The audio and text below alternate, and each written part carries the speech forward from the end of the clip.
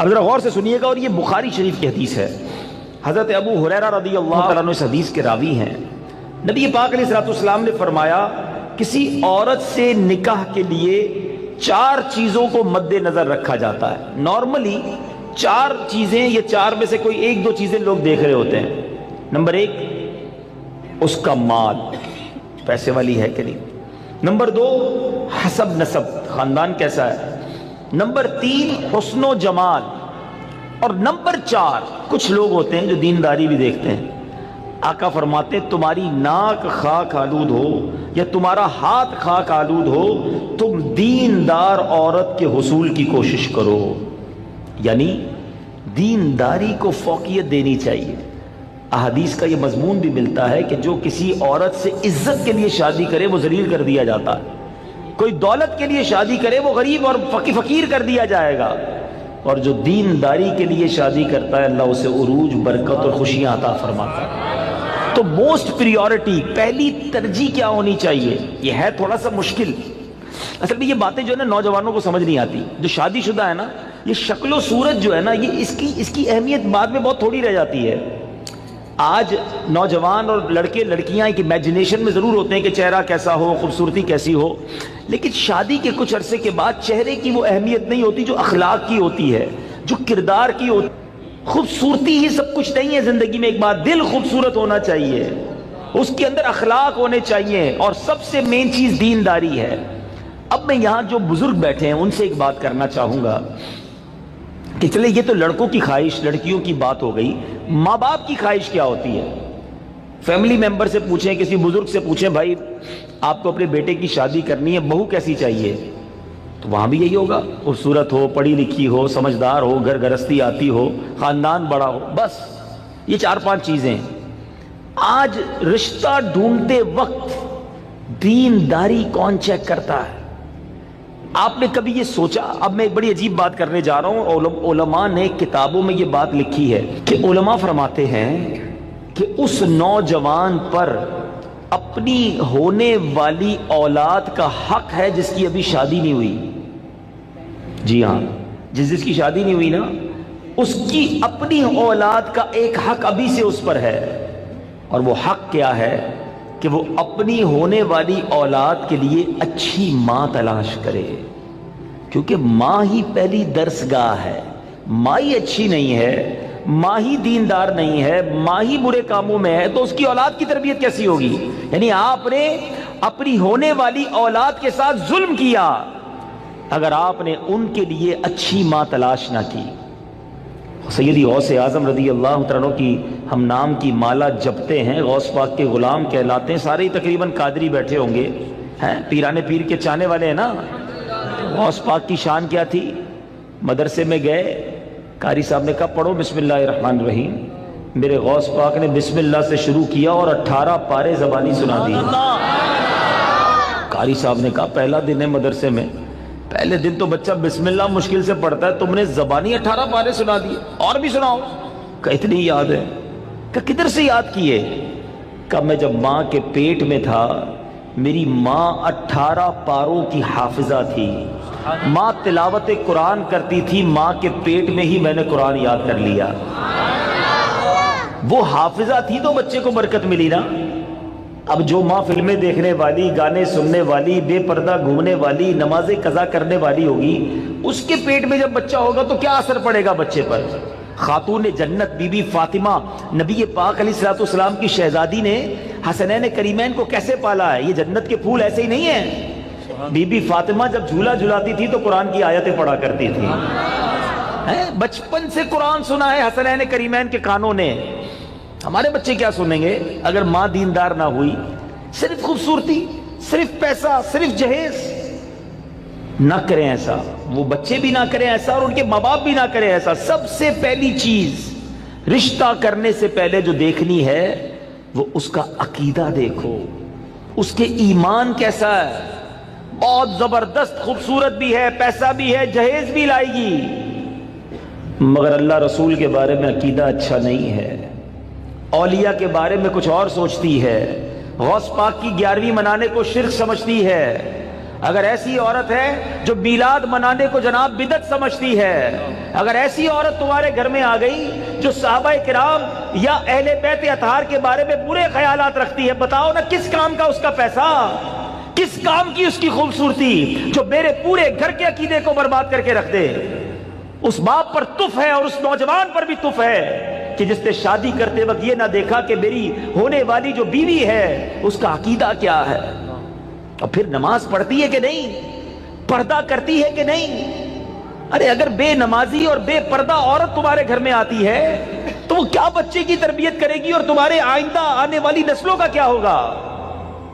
اور اسی طرح جو میری بہنیں مجھے سن رہی ہیں، اور وہ مائیں جو مجھے سن رہی ہیں، وہ والد جو مجھے سن رہے ہیں کہ جو اپنی بچیوں کے لیے رشتہ تلاش کر رہے ہیں، کیا دیکھتے ہیں؟ بچہ دکھتا کیسا ہے؟ ارے بھائی دکھنے میں کمزور ہوگا پھر بھی چلے گا، پیسے کس نے کماتا یہ بتاؤ ہیں؟ خاندان کیسا ہے؟ اچھا پھر ہم 2-3 برائیاں چیک کرتے ہیں، یہ بھی بڑا عجیب معاملہ ہے۔ کیا چیک کرتے ہیں؟ شراب تو نہیں پیتا، جوا تو نہیں کھیلتا، نشہ تو نہیں کرتا، بس یہ 2-3 برائیاں ہی چیک کرنی ہے۔ یقیناً شراب پینا حرام ہے، جوا کھیلنا حرام ہے، نشہ کرنا اچھا نہیں ہے، لیکن نماز نہ پڑھنا کوئی گناہ نہیں ہے، سب سے بڑا گناہ ہے۔ اچھا پھر یہ تینوں چیزیں پتہ کیوں چیک کرتے ہیں ہم؟ اپنے دل سے پوچھو، گناہ ہے اس لیے یا لوگوں کو برا لگتا ہے اس لیے؟ خاندان کا نام خراب ہو جائے گا نا، کسی نشئی کو داماد بنا لیا، کسی شرابی کو داماد بنا لیا، اپنی بیٹی کسی جواری کے ہاتھ میں دے دی، لوگ کیا کہیں گے؟ اس لیے اللہ ناراض ہوگا اس کی فکر نہیں۔ اگر اس کی فکر ہوتی تو پہلے یہ چیک کرتے اس کا عقیدہ کیا ہے۔ ایسا بھی ہوا ہے، ہم نے دیکھا ہے کہ اپنے باپ نے اپنی بیٹی کو پردہ کرایا ساری زندگی، اولیاء کرام صحابہ کی محبت گھر میں تھی، اور ایسی جگہ بیٹی بیاہ دی کہ شادی ہونے کے بعد سسرال والوں نے کہا کہ پردہ ختم کرو، ہمیں پردہ اچھا نہیں لگتا، اور خبردار آئندہ اولیاء کرام کا نام لیا۔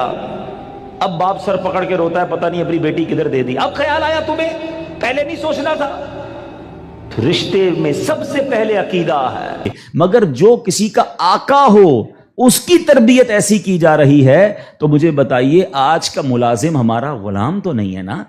آج تو ہم نے اس سے ایک وقت کا اجارہ کیا ہے کہ جناب آپ 8 گھنٹے کے لیے میرے پاس آئیں گے اور پرٹیکولرلی یہ کام کریں گے، جو کام دیا میں اس سے وہ کام لے سکتا ہوں، نہ میرا وہ زر خرید غلام ہے، شام کو جا کر وہ کچھ بھی کرے اس کا میرا کوئی کانٹریکٹ ہی نہیں ہے۔ مگر اس کے باوجود جو آج ملازمین کے ساتھ سلوک کیا جاتا ہے، غلام کے ساتھ اچھا سلوک کرنے کا اسلام درس دیتا ہے، تو ملازمین کے ساتھ تو اس سے بڑھ کر اچھا سلوک کرنا ہوگا نا، کیونکہ وہ تو غلام بھی نہیں ہے۔ مگر آج غریب ملازمین کے ساتھ جس طرح بعض لوگ بیہیو کرتے ہیں، میں ایسا نہیں کہتا کہ سارے لوگ کرتے ہیں، ماشاءاللہ کچھ ہم نے دیکھا، چاہے وہ فیکٹری اونرز ہوں یا مالکان ہوں کاروبار کے، وہ بچوں جیسا سلوک کرتے ہیں، اور کرنا بھی یہی چاہیے۔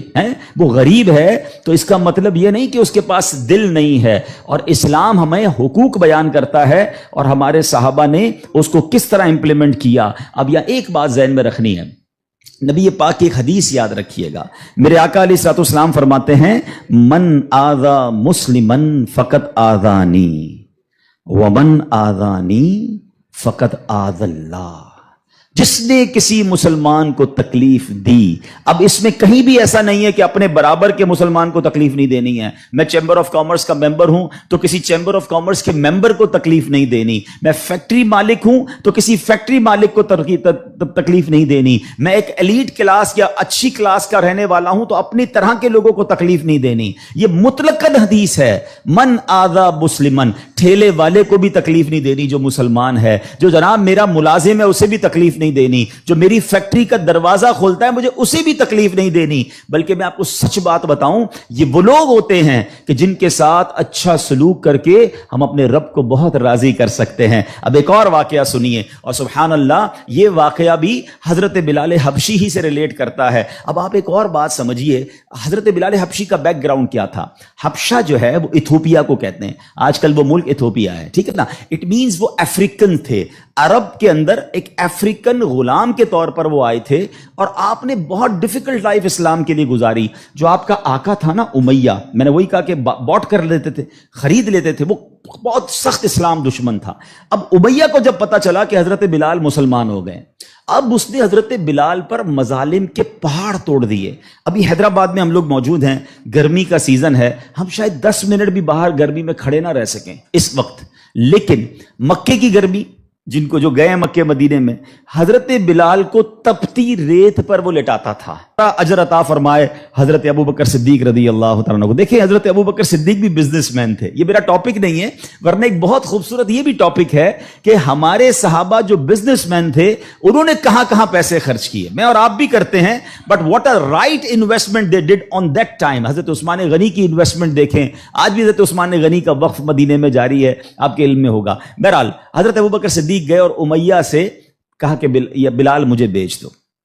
اب امیہ جو تھا نا وہ بڑا شیطان تو تھا ہی, اسلام دشمن تھا. حضرت بلال سے اس کا بغض کی وجہ بھی یہی تھی. تو اس نے مثال کے طور پہ, اس وقت مارکیٹ ریٹ تھا 500 درہم, میں مثال کے طور پہ اس نے کہا میں 1000 درہم لوں گا. آپ نے کہا ٹھیک ہے. حضرت ابو بکر کہتے ہیں کہ نہیں اب 2000 لوں گا. سودا ڈن ہونے کے بعد کہتا ہے اب 2000 لوں گا. آپ نے کہا اوکے. کہا 3000 لوں گا. آپ نے کہا اوکے. وہ قیمت بڑھاتا گیا, حضرت ابو بکر صدیق اوکے کرتے گئے. اب ایک پرٹیکولر بڑی بگ اماؤنٹ پر حضرت بلال کی ڈیل ہو گئی. امیہ کہتا ہے اے ابو بکر, میں نے تو تمہارے بزنس کے بڑے چرچے سنے تھے, مجھے تو یہ پتا تھا کہ تم جو ہے بڑے جانچ کر بڑی طریقے سے سودا خریدتے ہو, اتنا مہنگا یہ حبشی غلام خرید لیا.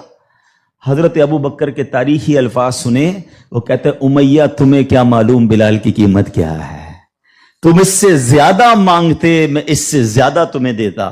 اللہ اکبر. رقم دی حضرت بلال کو لے کر نبی پاک کے پاس. اب ذرا سنیے گا, جب نبی پاک نے حضرت بلال کو دیکھا نا, کہا حضرت ابو بکر کہتے ہیں یا رسول اللہ بلال حاضر ہے, بلال کو آزاد کروا کے لایا ہوں. نبی پاک فرماتے ہیں اے ابو بکر, بلال کو خریدنے میں جتنے پیسے خرچ کیے تھوڑے پیسے میرے بھی اس میں شامل کر لو.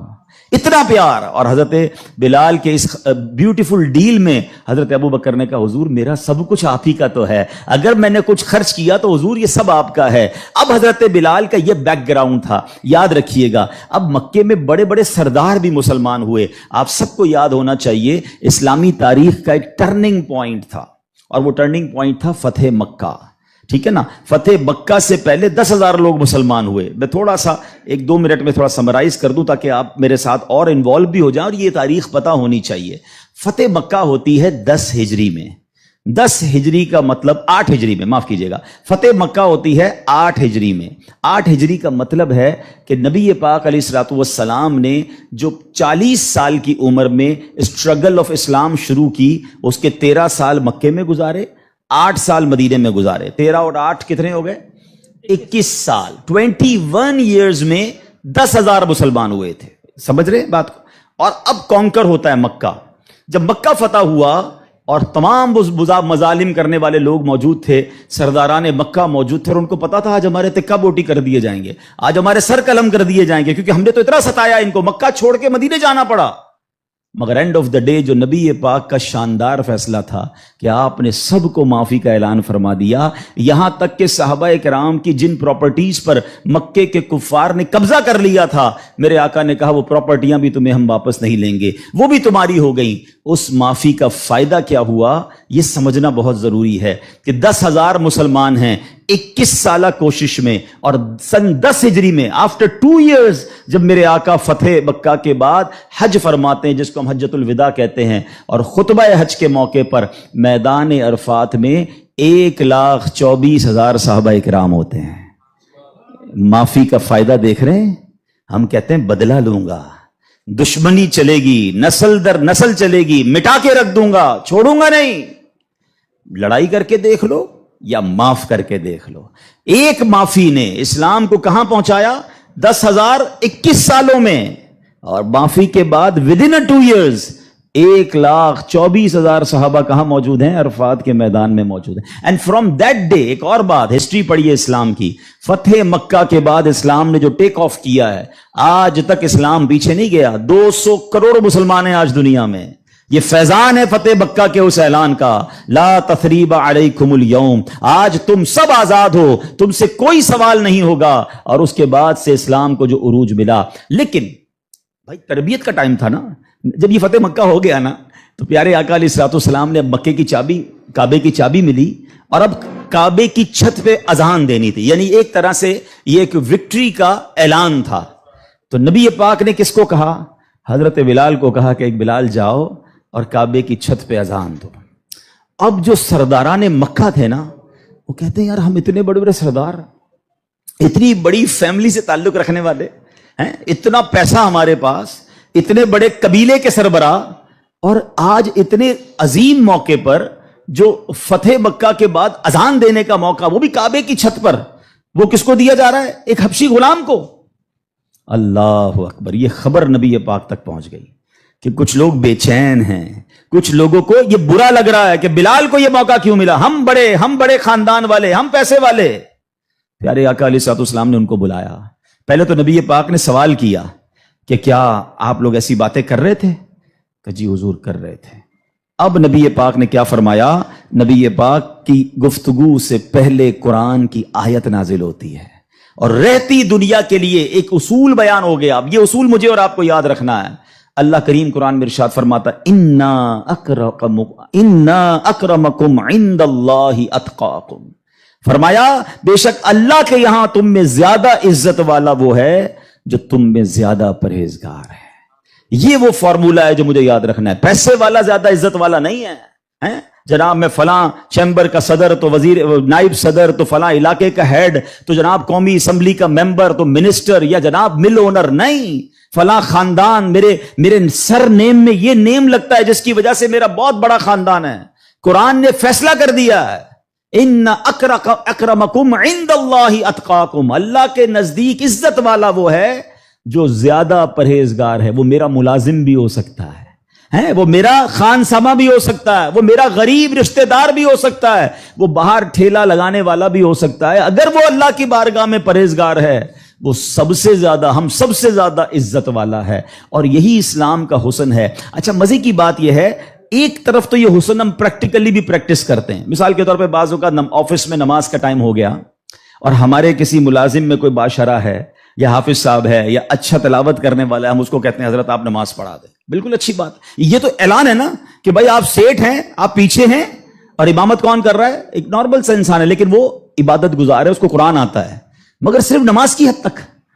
امام صاحب نے نماز پڑھا دی، پھر جا کر اس سے وہی انداز اختیار کرنا ہے جو عام ملازمین سے کرنا ہے؟ نہیں، یہ فارمولہ ہمیں اسلام سکھا رہا ہے۔ تو یہاں میرا جو آج ٹاپک ہے کہ سیٹ اور ملازم میں فرق، یہ ہمیں نہیں کرنا ہے۔ ٹھیک ہے، کاروبار ہے، آپ اس سے کام لیں، آپ اس سے اجرت پر کام لے رہے ہیں، مگر آپ نے اسے خریدا نہیں ہے، اور اگر خرید بھی لیا ہے تو اس کے اوپر زیادتی کی اجازت نہیں ہے۔ مگر آج چونکہ غریب لوگ ہیں، بیچاروں کو جاب ملتی نہیں، تو جو منہ میں آیا کہہ دیتے ہیں، جس طرح ڈانٹنا ہے ڈانٹ دیتے ہیں، اور بعض اوقات تو گالیاں نکالتے ہیں۔ مجھے یاد ہے ایک صاحب مجھے ملے اور مجھے جو ہے وہ میں نے پوچھا، ایسے تھوڑا سا کلوز تھے کہ یار آپ کی سیلری کتنی ہے؟ اب یہ تھوڑی چند سالوں پرانی بات ہے۔ He is not that much professional, normal سا انسان تھا، منشی ٹائپ کے جیسے ہوتے ہیں نا۔ تو کہتے 80,000 تنخواہ ہے۔ میں نے کہا ماشاءاللہ تنخواہ تو اچھی ہے۔ تو کہتے ہیں 40,000 کام کے ہیں، 40,000 گالیوں کے ہیں۔ تو میں حیران ہو گیا، کہتا صبح سے شام گالیاں سنتا ہوں بھی بھائی، کیا کروں، غریب آدمی ہوں، پیسے اچھے ملتے ہیں اس لیے چھوڑ نہیں سکتا۔ اب میں نے سوچا کہ وہ جو مالک ہے، وہ جو سیٹ ہے، وہ قیامت کے دن کیا جواب دے گا؟ کیا پیسے دے کر گالی دینے کی تمہیں اجازت مل گئی ہے؟ کیا ذلیل کرنے کی اجازت مل گئی؟ ایسا نہ کریں پلیز۔ ہمارا اسلام ہمیں بہت خوبصورت مساوات کا درس دیتا ہے، اور غریب لوگ تو زیادہ ڈیزرو کرتے ہیں انہیں پیار کرنے کا۔ نبی پاک علیہ الصلوۃ والسلام کو، اب میرے آقا کا انداز دیکھیے گا، صحابہ بھی تو غریب تھے نا۔ اب صحابہ میں ایک بہت بڑی تعداد تھی جو اصحاب صفہ کے تھے۔ اصحاب صفہ آپ گئے ہوں گے مدینہ شریف، اللہ بار بار ہم سب کو حاضری عطا فرمائے۔ وہاں ایک بینچ، ایک چبوترا بنا ہوا ہے۔ یہ جو اصحاب صفہ تھے نا، یاد رکھیے گا، یہ اپروکسیمیٹلی 70 کے قریب ہوتے تھے، ان کی تعداد پلس مائنس ہوتی تھی۔ ان میں بہت بڑا نام حضرت ابو ہریرہ رضی اللہ تعالیٰ عنہ کا بھی ہے۔ یہ صحابہ اتنے غریب تھے کہ ان کے پاس گھر نہیں ہوتا تھا، ان کے پاس پہننے کے لیے پورے کپڑے بھی نہیں ہوتے تھے، ایک لباس، ایک چادر پہن کے بعض اوقات بیٹھے ہوتے، مگر شوق کیا تھا کہ علم دین سیکھنا ہے، نبی پاک علیہ الصلوۃ والسلام سے تربیت لینی ہے۔ تو کھانا بھی پیارے آقا انہیں بھجوا دیتے، اور نبی پاک ان کے ساتھ رہتے تھے۔ اب ذرا یاد رکھیے گا، صحابہ کرام کچھ تھے جو مزدوری کا کام کرتے تھے۔ ہمارے ساتھ بھی کبھی کبھی ہوتا ہے کہ یار کوئی محنت مزدوری والا آئے تو اس کے کپڑوں سے اسمیل آتی ہے، کپڑے پرانے ہوتے ہیں، بدبو آ رہی ہوتی ہے، ہم اس سے دور ہو جاتے ہیں۔ اب کیا ہوا کہ نبی پاک علیہ الصلوۃ والسلام کے پاس کچھ ایسے لوگ آ کر بیٹھنا شروع ہوئے جب پیارے آقا اللہ کا ذکر کر رہے ہوتے تھے کہ بال بکھرے ہوتے تھے، پہننے کے لیے کپڑا ہوتا تھا اور ان کی اسمیل بھی آتی تھی، کپڑوں سے مہک بھی آتی تھی. تو نبی پاک علیہ الصلوۃ والسلام نے فرمایا الحمدللہ الذی جعل فی امتی من امری ان اصبر نفسی معہم، سب تعریف اللہ پاک کے لیے ہیں جس نے میری امت میں ایسے لوگ پیدا فرمائے جن کے ساتھ اپنی جان مانوس رکھنے کا مجھے حکم دیا گیا ہے. اور یہ حکم اللہ نے قرآن مجید فرقان حمید میں دیا، وَاصْبِرْ نَفْسَكَ مَعَ الَّذِينَ يَدْعُونَ رَبَّهُمْ بِالْغَدَاةِ وَالْعَشِيِّ يُرِيدُونَ وَجْهَهُ، اور اپنی جان کو ان لوگوں کے ساتھ مانوس رکھ جو صبح و شام اپنے رب کو پکارتے ہیں، اس کی رضا چاہتے ہیں، غریب ہیں مگر نیک ہیں، اللہ کی رضا چاہتے ہیں، ذکر الہی کرتے ہیں. آقا فرماتے نبی پاک ان مزدوروں کے ساتھ بیٹھ جایا کرتے تھے. اور آج بعض اوقات ہم اپنے ساتھ ایسے لوگوں کو بٹھانا پسند نہیں کرتے، بہت معذرت کے ساتھ. یہ تکبر کی نشانی ہے. تکبر کہتے ہی تو اسی کو ہے نا کہ اپنے سے کسی کو ذلیل سمجھنا. اور try to understand the severity of pride. یہ جو تکبر ہے نا، یہ اتنا خطرناک گناہ ہے کہ سب سے پہلے تو یہ سمجھیے کہ کائنات میں سب سے پہلا گناہ کیا ہوا تھا؟ تکبر ہوا تھا اور حسد ہوا تھا. یہ اتنے پرانے گناہ شیطان نے کیا تھا. شیطان کوئی پہلے سے ہی اللہ کا نافرمان نہیں تھا. 40,000 سال اس نے عبادت کی، جنت کا خزانچی تھا، فرشتوں کا استاد تھا، معلم الملکوت تھا. once in a lifetime he did proud. ایک بار تکبر کیا، حضرت آدم کو سجدہ کرنے سے انکار کیا نا. جملہ کیا تھا اس کا؟ قرآن میں موجود